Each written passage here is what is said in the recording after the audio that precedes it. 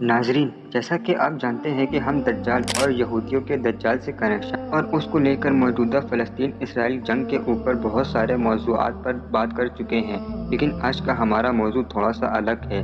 آج ہم آپ کو بتائیں گے کہ دجال کیسے دنیا کے تمام لوگوں کو اپنے جانب راغب کرے گا اور وہ اس کے لیے کیسے کیسے ہتھ کنڈوں سے کام لے گا، اور اس سب کے بارے میں نبی کریم صلی اللہ علیہ وسلم نے آج سے 1400 برس پہلے ایک حدیث مبارکہ میں پیش گوئی فرما دی تھی، جس کا آج ہم تفصیل سے جائزہ لیں گے اور جانیں گے کہ آنے والے وقت میں مسلمانوں کے لیے کیسے کیسے آزمائش کی گھڑیاں کھڑی ہیں۔ ناظرین، حدیث مبارکہ میں کئی جگہ پہ نبی صلی اللہ علیہ وسلم نے مسلمانوں کو خبردار کیا ہے کہ دجال کے ظہور کے بعد اپنے ایمان کی حفاظت کس قدر مشکل ہوگی، دجال کا فتنہ کیسے دنیا کی اکثریت کو اپنے لپیٹ میں لے لے گا اور اس وقت تک اپنے ایمان کو محفوظ رکھنے کا کیا طریقہ ہوگا۔ اس سب کے بارے میں نبی کریم صلی اللہ علیہ وسلم نے پوری صراحت اور وضاحت سے مسلمانوں کو آگاہ کیا ہے اور ان کی رہنمائی فرمائی ہے۔ مختلف احادیث مبارکہ میں دجال کے خروج کی نشانیاں بتائی گئی ہیں۔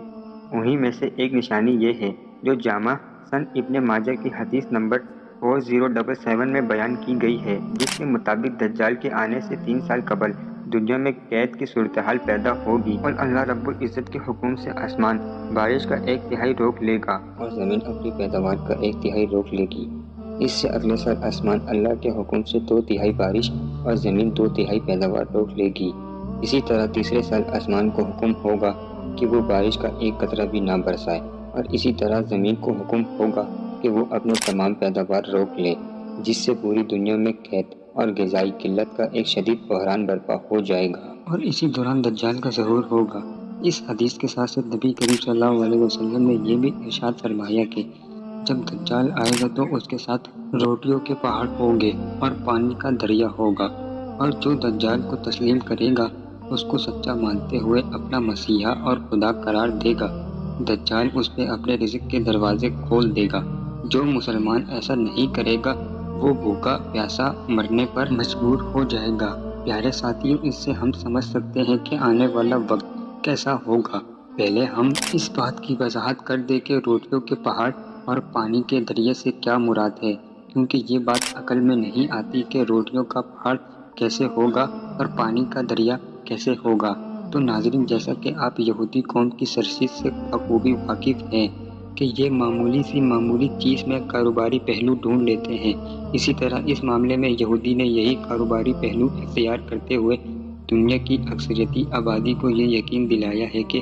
کھلا کھانا جیسے کہ کھلا دودھ، پانی، آٹا، اس طرح کے دیگر اجلاس صحت کے لیے میسر ہیں، اور جو چیزیں بہترین پیکنگ میں تیار کر کے دنیا کو فراہم کی جا رہی ہے وہ عین حفظان صحت کے اصولوں کے مطابق ہی ہے۔ اس کے نتیجے میں خود عملی اداروں کی رپورٹ کے مطابق اس وقت دنیا کی صورتحال یہ ہے کہ جیسے جیسے دنیا کھلے اناج، کھلے پانی، کھلے دودھ اور دیگر وافر مقدار میں میسر غذا اجناس سے پروسیسڈ فوڈ اور پیک شدہ غذا اجناس کا رخ کیا ہے، ویسے ویسے دنیا میں غذا مختلف علاقوں میں مختلف حساب سے دستیاب ہے۔ اس کی مثال یہ ہے کہ امریکہ، یورپ، لاطینی اور دنیا کے چند ایک ممالک میں اس وقت غذا بڑی وافر مقدار میں دستیاب ہے۔ دوسری جانب افریقہ کے تقریباً 25 سے 30 کروڑ باشندے اور اس کے ساتھ ساتھ ایشیا کے بے شمار لوگ جن کی آبادی تقریباً 2 ارب کے قریب بنتی ہے،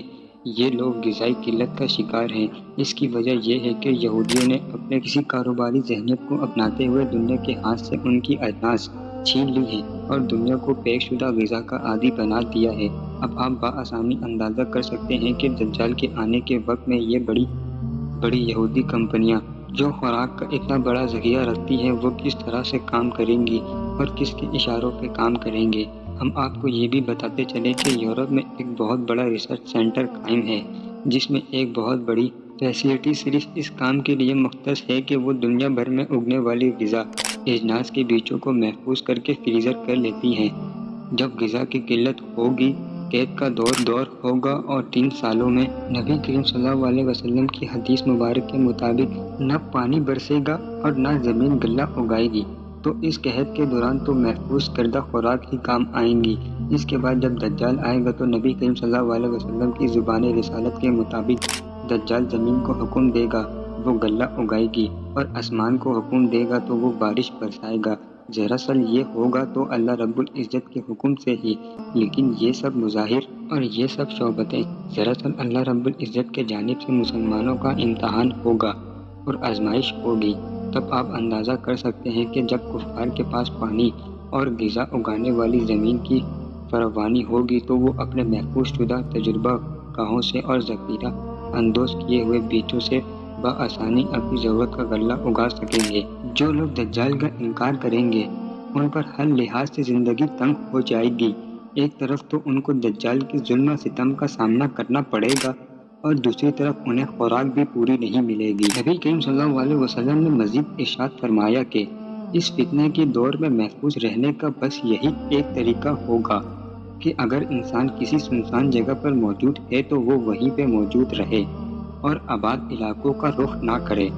اسے اس آزمائش سے گزرنا پڑے گا۔ اگر وہ آباد علاقوں میں موجود ہے تو وہ اپنے ایمان کی حفاظت کرتے ہوئے کسی سنسان علاقے کی طرف چلا جائے، کیونکہ امام مہدی علیہ السلام کے ظہور سے پہلے عام انسان کے بس کی بات نہیں ہوگی کہ وہ دجال کے ظلم و ستم اور اس کی کارستانیوں کا کسی بھی طرح مقابلہ کر سکے۔ صحابہ اکرام نے نبی کریم صلی اللہ علیہ وسلم سے دریافت کیا کہ یا رسول اللہ صلی اللہ علیہ وسلم، اس قید آزمائش اور آفت کے دور میں آخر مسلمان اپنا پیٹ کیسے بھریں گے؟ اس پر نبی کریم صلی اللہ علیہ وسلم نے جواب دیا کہ جو مسلمان اپنے ایمان کو محفوظ رکھتے ہوئے دور دراز جگہوں پر چلے جائیں گے وہ پانی پی کر لا الہ الا اللہ، اللہ اکبر، سبحان اللہ اور الحمدللہ کی تسبیح کرے تو یہی تسبیح ان کے لیے غذا بن جائے گی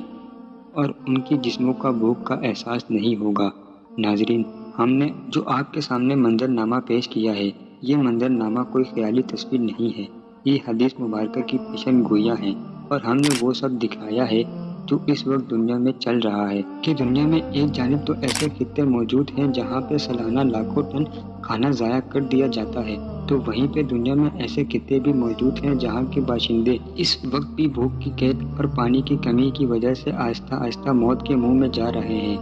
یہودیوں کا یہی کاروباری ذہنیت دراصل دجال کو ہر طرح سے لوگوں پر حاوی کرنے کی سازش ہے۔ دجال کے پاس عجیب و غریب قسم کے جھوٹے مجسمے بھی ہوں گے، عجیب قسم کے شوکتے بھی ہوں گے اور اس کے ساتھ ساتھ اس کا کنٹرول غذا اور پانی پہ بھی ہوگا۔ اس سب سے آپ اندازہ کر سکتے ہیں کہ دجال کا انکار کرنے والے مخلص مسلمان کے لیے زندگی کس قدر مشکل ہوگی۔ ناظرین، اس سب سے یہ بھی اندازہ ہوتا ہے کہ یہودی قوم دجال کے ظہور کی طرف دعائیں نہیں مانگ رہے ہیں بلکہ عملی طور پر اس کا استقبال کرنے اور دنیا پہ اس کا کنٹرول دلانے کے لیے بھی صدیوں سے محنت کر رہے ہیں۔ یہ ان کی صدیوں کی محنت کا ہی نتیجہ ہے کہ اس وقت دنیا کی اکثریتی وسائل انہی کے قبضے میں ہیں اور وہ ان وسائل پر موجود اپنے قبضے کو دجال کے آنے پہ اپنے مرضی سے استعمال کریں گے۔